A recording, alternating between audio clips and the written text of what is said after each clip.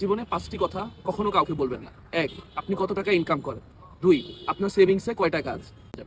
৩ number, আপনার এবং আপনার স্ত্রী যদি আপনি বিবাহিত হন, আপনাদের পার্সোনাল বিষয় কখনো কারোর সাথে শেয়ার করবেন না। কারণ জমানাটা আজকাল ভালো না। কেউ কারো ভালো চায় না। আপনি এবং আপনার স্ত্রী যদি ঝগড়ার বিষয় বা খুঁটিনাটি যে কোনো বিষয় মানুষের সাথে শেয়ার করবেন, দেখবেন একটা না একটা সময় আপনাদের মধ্যে ঠিকই কিন্তু সম্পর্কটা ঠিক হয়ে যাবে। কিন্তু লোকজনের কাছে আপনারা তখন খারাপই রয়ে যাবেন।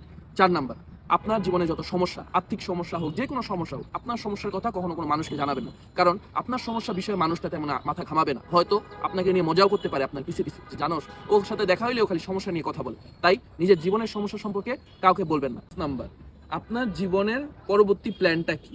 এটা আমাদের ব্রেনের মধ্যে সিগন্যাল দেয় যে আমরা অলরেডি আমাদের লক্ষ্যটা অর্জন করে ফেলছি। তখন আমরা ওইটা অর্জন করার জন্য যথেষ্ট চেষ্টা করি না।